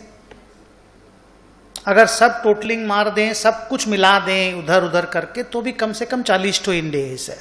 आपके सिलेबस में 6 है तो क्या हो गया। इंड एस 1 बोलता है कि कोई भी इंड एस कंप्लायंट कंपनी को सारा इंड एस फॉलो करना है और एज इट इज फॉलो करना है, जो वो बोला वो करना है। ठीक है, लेकिन अगर कंपनी को ये लगता है, कंपनी को, कि अगर हम इंड एस का एक पर्टिकुलर प्रोविजन है, कोई सा भी मान लो एक पैराग्राफ है, अगर हम उसको फॉलो करेंगे और अपना फिनेंशियल स्टेटमेंट उसको फॉलो करके बनाएंगे, तो मेरा फिनेंशियल स्टेटमेंट मिसलीडिंग हो जाएगा। माने वो जो बोलना चाहता है वो नहीं बोल पाएगा, वो जो ट्रू एंड फेयर व्यू हम लोग दिखाना चाहते वो नहीं दिखेगा। प्लीज इस बात को बिलीव कीजिए, हमने देखा है तब हम बोल रहे हैं, सर आप कौन है? हम उस कंपनी के मालिक हैं, उस कंपनी के मैनेजमेंट में हैं। तो हमको कोई पैराग्राफ इंड AS 1 का ऐसा नहीं कि पसंद नहीं आया, हम जब उसको फॉलो करके अपना बैलेंस शीट बना रहे हैं ना, तो माई balance sheet becomes misleading, wrong हो जा रहा है। तो इन दैट केस ओनली, और ऐसा बहुत कम होता है ब्रदर, ऐसा होता ही नहीं है। बट अगर ऐसा हुआ है आपके यहां पे, तो आप इंड AS से डिपार्चर कर सकते हो। डिपार्चर करना मतलब उस पैराग्राफ को नहीं फॉलो करना, उस पर्टिकुलर वाले इंड AS के उस पर्टिकुलर प्रोविजन को नहीं फॉलो करना। तो ओनली तभी आप कर सकते हो जब आपको लगता है कि फॉलो करके अगर बैलेंस शीट बनाएंगे तो बैलेंस शीट रॉन्ग या मिसलीडिंग हो जाएगा। लेकिन जब भी आप ऐसा करेंगे डिपार्चर, तो आपको पूरा डिटेल देना होगा कि कौन सा इंड AS आप फॉलो नहीं किए, क्या कारण था आप फॉलो नहीं किए, कौन सा बात को आप फॉलो नहीं किए, जिसको फॉलो नहीं किए तो उसके बदले में आपने क्या फॉलो किया, और उसके कारण आपके बैलेंस शीट के किस आइटम में कितना चेंज आया, P&L के किस आइटम में कितना चेंज आया, कहाँ पे क्या फर्क पड़ा, वो सब डिस्क्लोज करना पड़ेगा। और फिर ये भी लिखना पड़ेगा कि आप ये मानते हैं कि आपका financial statement true and fair view present कर रहा है। नहीं समझे? आपको ये भी लाइन लिखना पड़ेगा कि your financial statements are presenting true and fair view. और ये भी बोलना पड़ेगा कि इसको छोड़ करके बाकी सब मेरा इंड AS के हिसाब से बना हुआ है। ये इतना सारा बात आपको नोट्स ऑन अकाउंट्स में लिख के देना पड़ेगा, क्योंकि इंड AS सिस्टम को ये लगता है कि हम लोग फुल प्रूफ हैं। पर अगर आपके लिए हम फुल प्रूफ नहीं हैं तो आप बिना मेरे बनाइए, कोई प्रॉब्लम नहीं है। उस पर्टिकुलर पैराग्राफ को आप चेंज करके बनाइए, कोई प्रॉब्लम नहीं है। लेकिन आप इतना सारा बात लिखिए नोट्स ऑन अकाउंट्स में। और डिपार्चर सिर्फ हम तभी करने देंगे जब आपको ये लगेगा कि अगर इंड AS का वो पर्टिकुलर पैरा फॉलो हो रहा है तो आपका बैलेंस शीट मिसलीडिंग हो रहा है, P&L मिसलीडिंग हो रहा है या गलत हो रहा है, तभी आपको डिपार्चर करने मिलेगा। और हम लोग ये मानते हैं कि ऐसा डिपार्चर बहुत रिमोट होता है, क्योंकि हम लोग बहुत अच्छा से बनाए हैं। माने हम लोग अपनी तरफ से बोल रहे हैं कि ये फुल प्रूफ है। नहीं समझे? सो ये एक और पैराग्राफ हमारा कंप्लीट होता है। चलो आप पैराग्राफ नंबर 6 को रीड करो।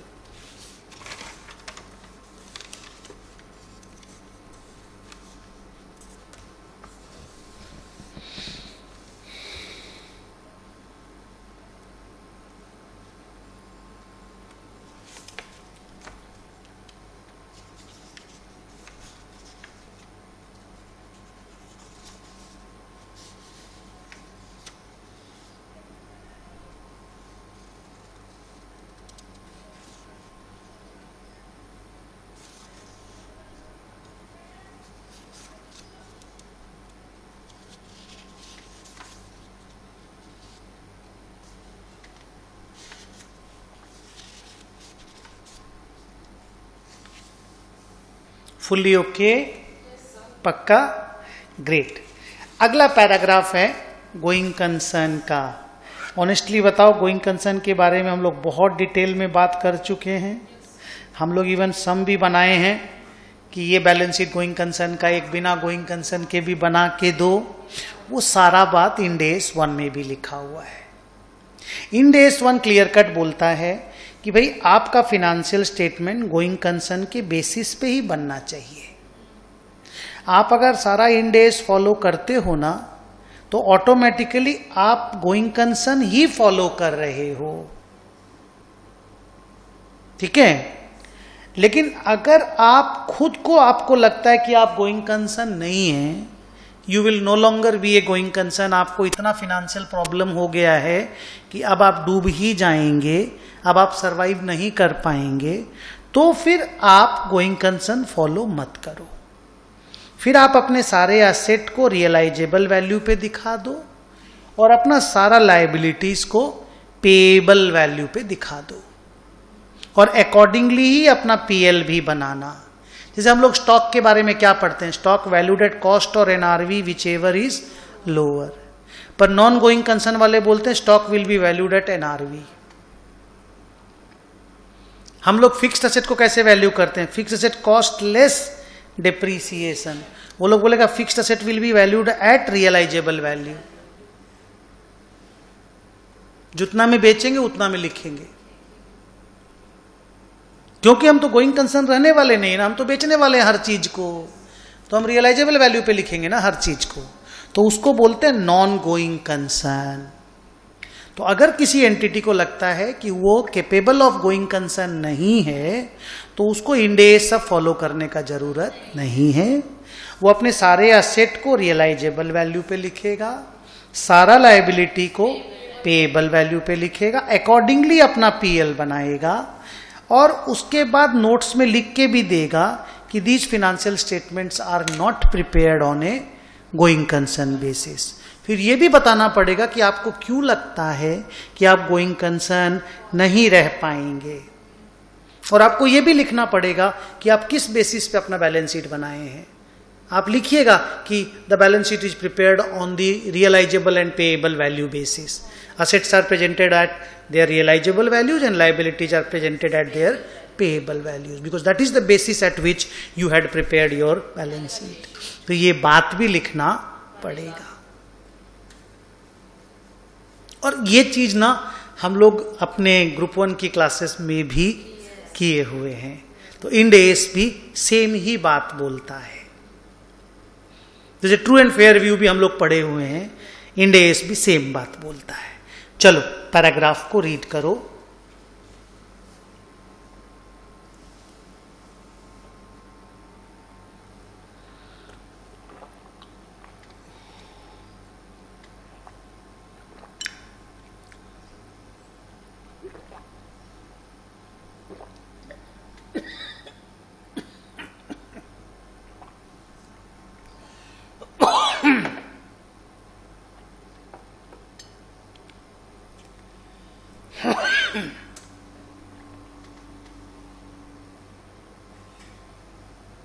Okay, so now tell me what is the next topic from your book, materiality and aggregation. पढ़िएगा बाद में प्लीज, एक एक पैरा एक एक टाइम दे रहे ना पढ़ने का। अभी पढ़ के टेंशन हो जाएगा बाई चांस कभी ना, तो फिर एक तो डर सा हो जाएगा यार पढ़ पाएंगे क्या। आराम से पढ़ेंगे, एक एक लाइन पढ़ के एक एक लाइन समझेंगे, चिंता मत करना। देखो इंड एस 1 का ये बोलना है, और मटीरियलिटी आप लोगों ने ग्रुप 1 में भी पढ़ा है। आपके ग्रुप 1 में जो एस 1 है उसमें मटीरियलिटी है। तो इंड एस 1 का बोलना है कि कोई भी मटीरियल इंफॉर्मेशन होना, मटीरियल मतलब जो यूजर के डिसीजन मेकिंग को इन्फ्लुएंस करे। अगर अपने फिनांस, जैसे रिलायंस अब इंड एस बैलेंस शीट बना रहा है, अगर रिलायंस को लगेगा कि ये इंफॉर्मेशन मटेरियल है तो वो बात अपने बैलेंस शीट में, पीएल में, कैश फ्लो में, नोट्स में लिख के देगा, क्योंकि मटेरियल इंफॉर्मेशन आप छुपा नहीं सकते, आपको दिखाना होगा, बताना होगा, क्योंकि वो यूजर के डिसीजन मेकिंग को इन्फ्लुएंस करता है। तो मटेरियल आइटम का डेफिनेशन है कि an item which influences the decision making of the user is material item. End S 1 का बोलना है कि रिलायंस को अपना सारा मटेरियल आइटम डिस्क्लोज करना चाहिए, होगा। अगर कोई इममटीरियल आइटम है तो आप एग्रीगेट करके किसी दूसरे आइटम के साथ पंच करके दिखा सकते हो। माने कोई छोटा मोटा आइटम है, अब पीएल में तो दिखाना पड़ेगा ना, कोई छोटा मोटा एक्सपेंस है तो आप उसको जनरल एक्सपेंस बोल करके दिखा दीजिए, अदर एक्सपेंस बोल के दिखा दीजिए। छुप माने हटा तो सकते ही नहीं है ना, तो बैलेंस शीट टैली कैसे करेगा? नहीं समझे? अभी मान लो कोई आउटस्टैंडिंग सैलरी है 2 लाख रुपया का, अब इसको अलग से तो रिलायंस दिखा नहीं पाएगा बैलेंस शीट में, तो इसको अदर करेंट लायबिलिटीज बोल करके एक हेड के अंदर घुसा देगा।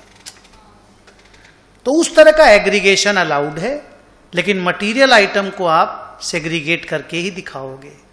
इममटीरियल आइटम सबको एग्रीगेशन करके दिखाया। एग्रीगेशन माने जोड़ के दिखाना, सेग्रीगेशन माने अलग अलग करके दिखाना। तो मटेरियल आइटम का सेग्रीगेशन होना चाहिए, इममटीरियल आइटम सबको एग्रीगेशन किया जा सकता है। क्लियर है? चलो बुक में रिस्पेक्टिव पैराग्राफ को पढ़ते हैं।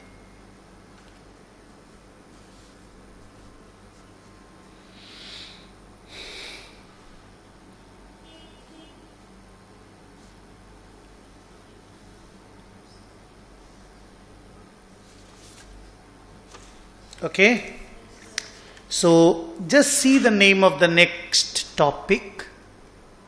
Next topic is offsetting, mutual set off.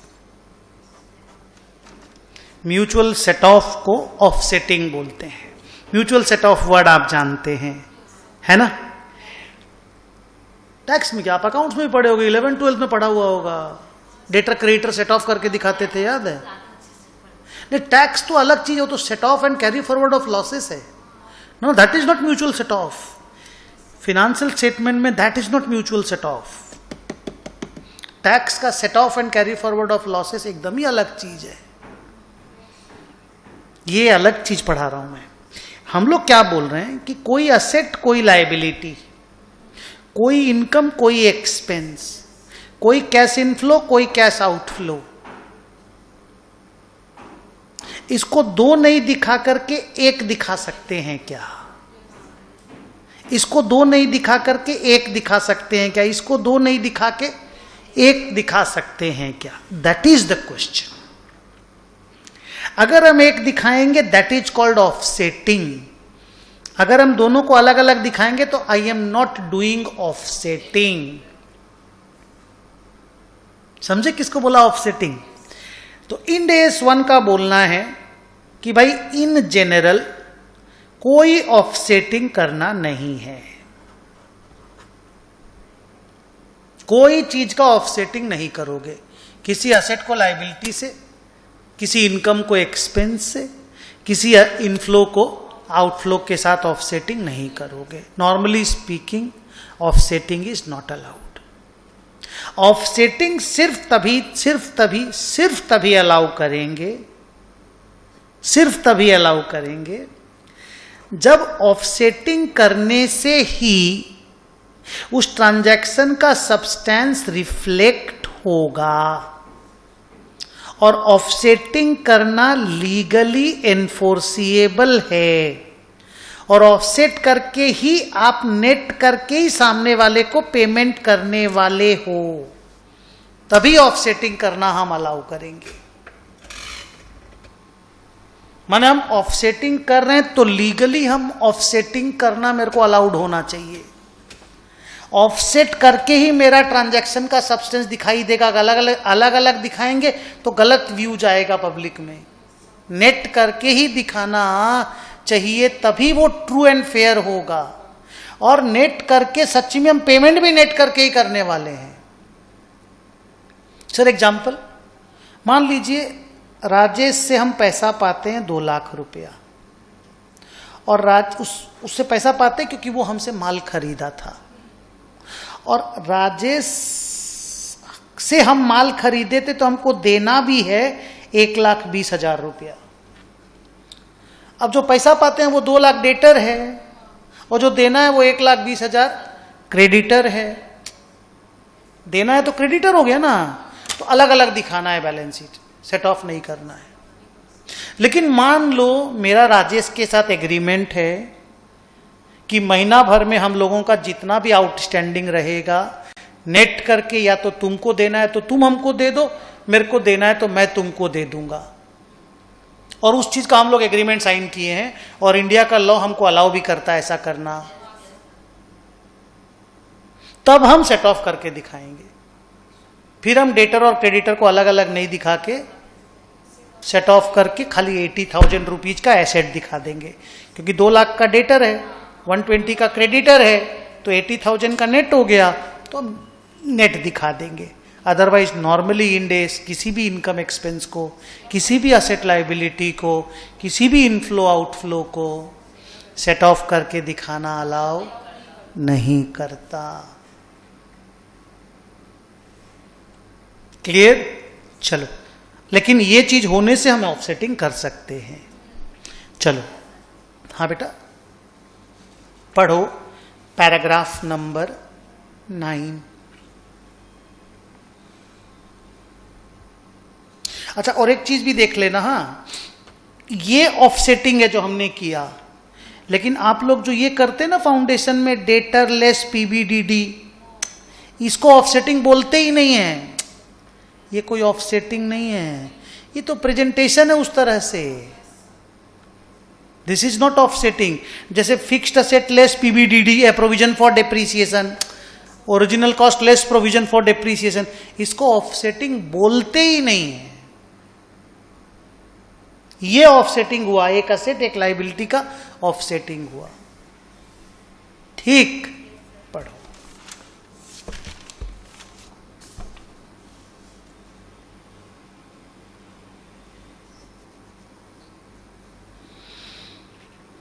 ये जो अनलेस इट इज रिक्वायर्ड और permitted by an Ind AS था ना, ये वही सारा बात था जो हम यहां पे बोले।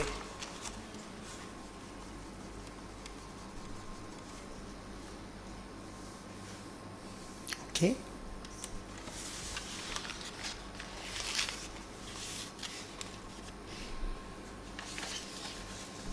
अगला टॉपिक का नाम क्या है? Frequency of reporting.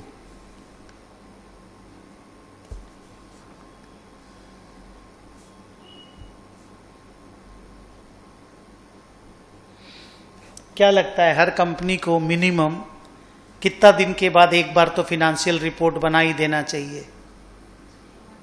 क्यों? 1 साल क्यों नहीं? नहीं, 3 महीना जो आपने बोला वो हिंदुस्तान में लिस्टेड कंपनियों को 3 महीना में रिपोर्टिंग करना पड़ता है, बट अनलिस्टेड कंपनी, वो भी सेबी ने बोला है बोल के, बाकी सबको 1 साल में 1 बार। जैसे मैं 1 साल में 1 बार रिपोर्ट करता हूं, हम लोग 3-3 महीना में रिपोर्टिंग नहीं करते।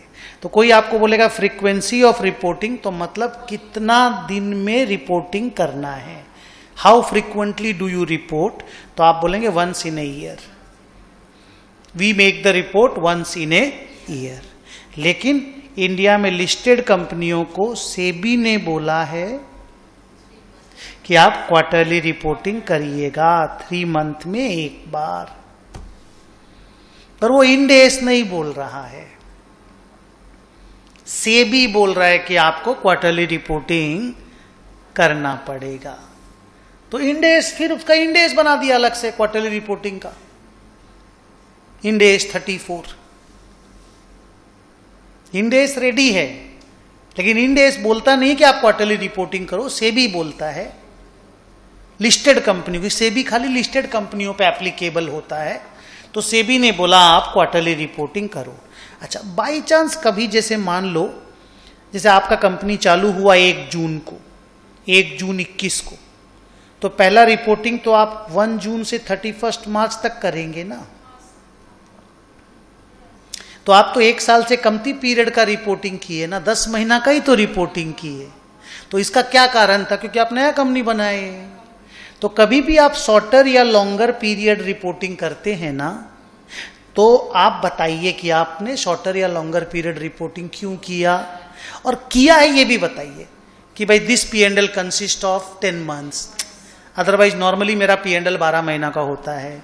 और प्लीज इस PL को पिछला साल का PL से कंपेरेटिव मत समझो, क्योंकि पिछला साल का PL मेरा पूरा 10 महीना का है, ये पूरा 12 महीना का है, लेकिन ये PL मेरा 10 मंथ का है। सिमिलरली मान लो ये पिछला साल का PL है और करेंट ईयर आया 22-23, इसमें हम पूरा 12 महीना का बनाए ना, तो ये 12 महीना का और ये 10 महीना का तो कंपेरेबल नहीं है, तो ये बात भी लिख के देना पड़ता है। So if an Ind AS compliant company prepares a financial statement for a shorter or longer period than what it usually do, shorter or longer period than what it usually does. Usually हम 1 साल में report करते हैं, पर अगर मैंने छोटा बड़ा पीरियड किया तो हमको बताना पड़ेगा कि मैंने ऐसा किया है, क्यों किया है ये भी बताना पड़ेगा, और ये भी लिखना पड़ेगा कि प्रीसीडिंग ईयर के साथ हो सकता है ये फाइनेंशियल स्टेटमेंट कंपेरेबल ना हो. So this is everything about frequency of reporting. पढ़.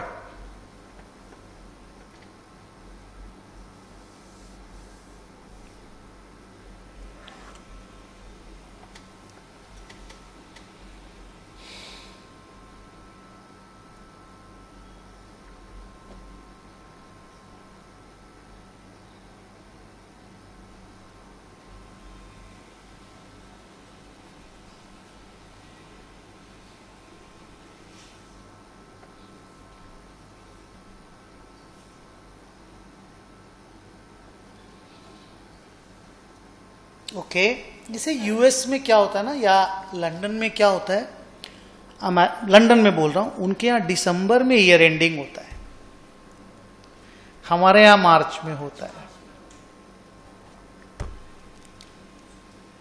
ठीक है, तो अगर आप दिसंबर में रिपोर्टिंग कर रहे हैं, हम लोग यहाँ मार्च में कर रहे हैं, अगर आपकी कंपनी को हमने एक्वायर कर लिया, अमलगमेशन कर लिया, तो आपको भी फिर मान लो मार्च में रिपोर्टिंग करना पड़ा, तो आपका एक पीएल तो फिर 15 महीना का हो जाएगा ना. आप समझे मैं क्या बोला? तो वो सब केसेस में आपका चेंज हो गया, शॉर्टर या लॉन्गर पीरियड हो गया, तो वो सब आप उसी समय आपको वो शॉर्टर लॉन्गर पीरियड आप करते हैं ना, तो वो डिस्क्लोज करना पड़ता है पूरा अच्छे से, जो आपको पढ़ाया वहां पे. सो ये पैराग्राफ भी कंप्लीट होता है. हाँ, पढ़ लिए पूरा अच्छे से ना, समझ में आ रहा है अच्छे से? Very good.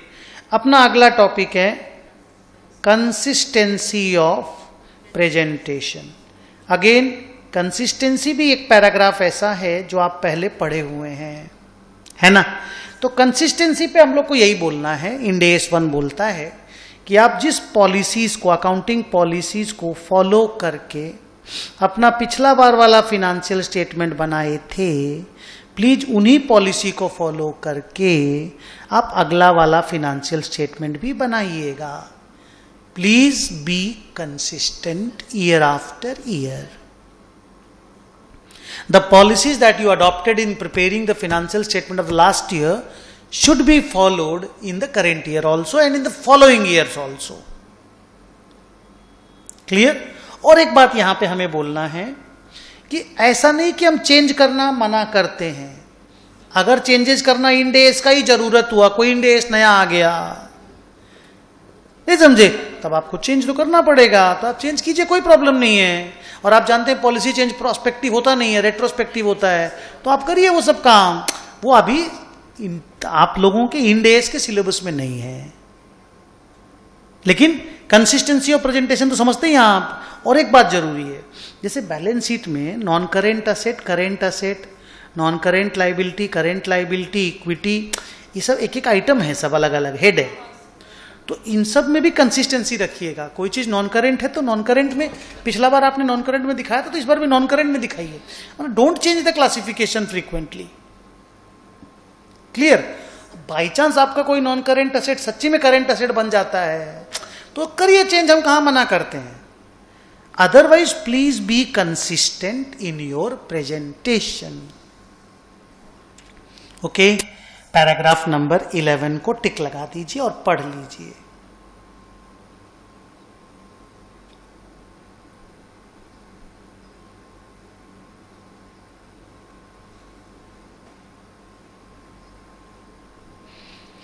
इजी है ना?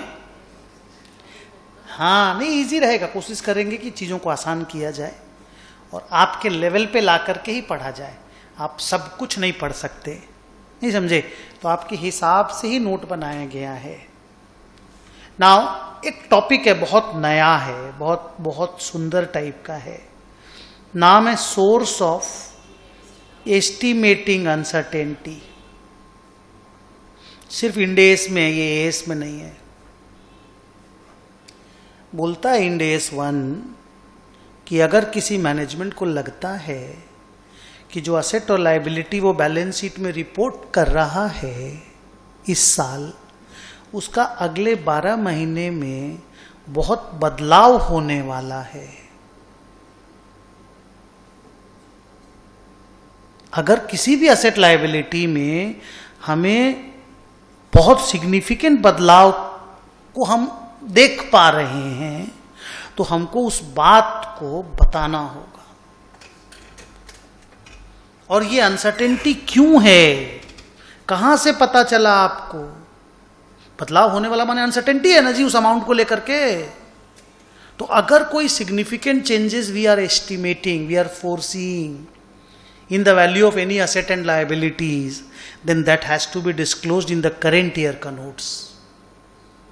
और ये भी बताना पड़ेगा कि आप जो बोल रहे हैं ये बात, इसका सोर्स क्या है। जैसे मैं आपको सिंपल सा बात बोल रहा हूं, आपको तो पता नहीं होगा, अभी US में एक बैंक फेल हो गया।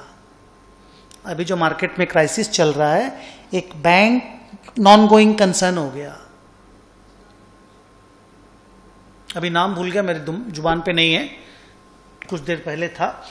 तो अब उसमें अगर अपना इन्वेस्टमेंट किया हुआ है, उसको अगर लोन दे के रखे हैं, तो प्रॉब्लम है ना। तो उसके तो अमाउंट में सिग्निफिकेंट चेंज हो सकता है ना अगले साल तक।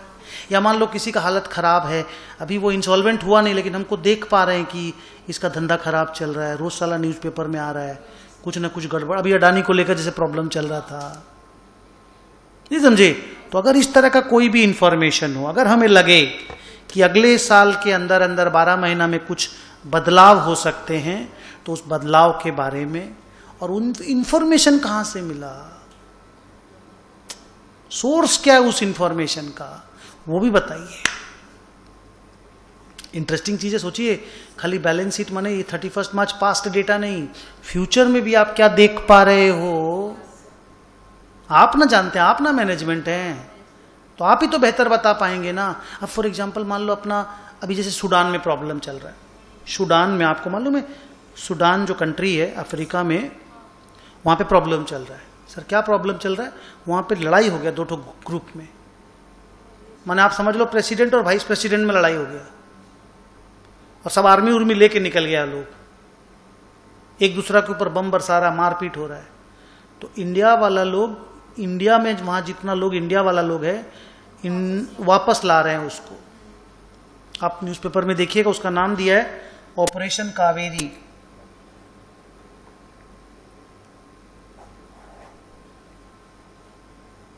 क्या नाम दिया है? ऑपरेशन कावेरी।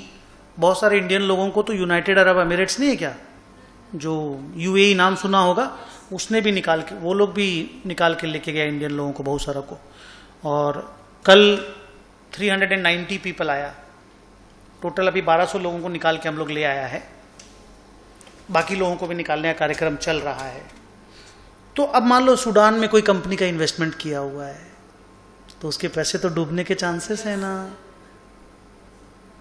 अगर कोई लायबिलिटी है, एसेट है, जिसको लेकर के हमको लग रहा है कि इसमें चेंजेस हो सकता है इन द नेक्स्ट 12 मंथ्स, तो उसका इंफॉर्मेशन हमको नोट्स में देना पड़ेगा, और सोर्स ऑफ इंफॉर्मेशन भी मुझे बताना पड़ेगा। चलिए पैराग्राफ नंबर 12 को रीड करिए।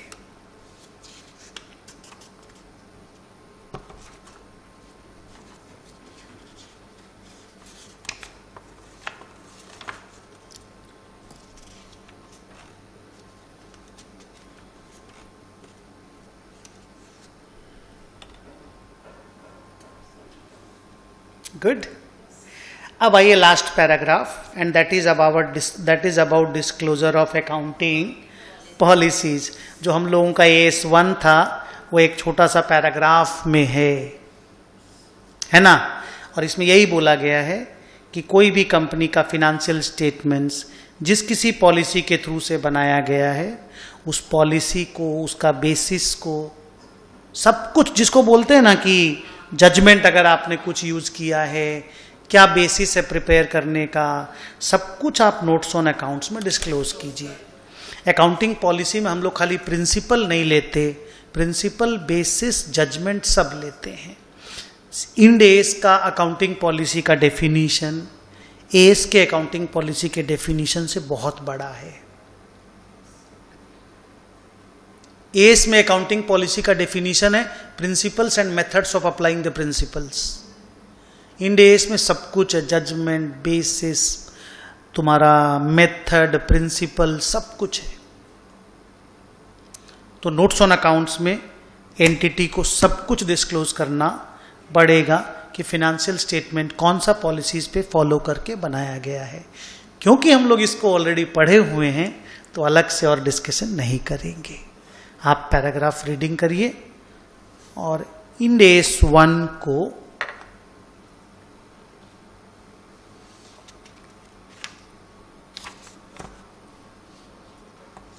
इंड एस 1 और बेसिक का क्लास को कंप्लीट करते हैं।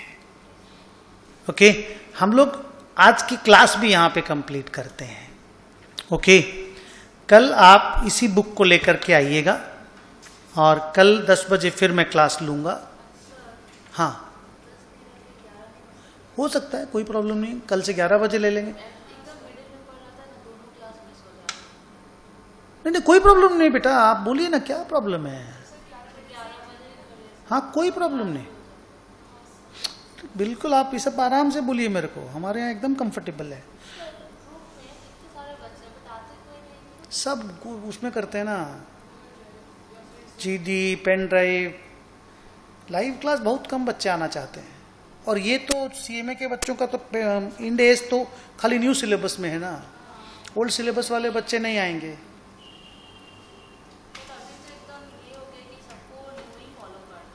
अब से जो ओल्ड सिलेबस का जो नया इनरोलमेंट लेगा वो लोग न्यू सिलेबस फॉलो करेगा। तो कल हम लोग 11 बजे मिलेंगे। हाँ, और आप ये वाला इंड एस वाला बुकलेट लेकर के आइएगा। कल हम आपको एक और बुकलेट छोटा सा देंगे जिसमें क्वेश्चन आंसर्स होंगे, क्योंकि हम लोगों को वो क्वेश्चन आंसर्स भी बनाने हैं और वो क्वेश्चन आंसर ही एग्जाम में आएगा। ये भी आ सकता है जो पढ़ रहे हैं, क्योंकि अभी तो पहली बार तो पेपर बना ही नहीं है ना, इसको लेकर कैसा पेपर बनाएगा नोबडी नोज। ठीक है, तो कल we will start Ind AS 2। चलो, बाय बाय।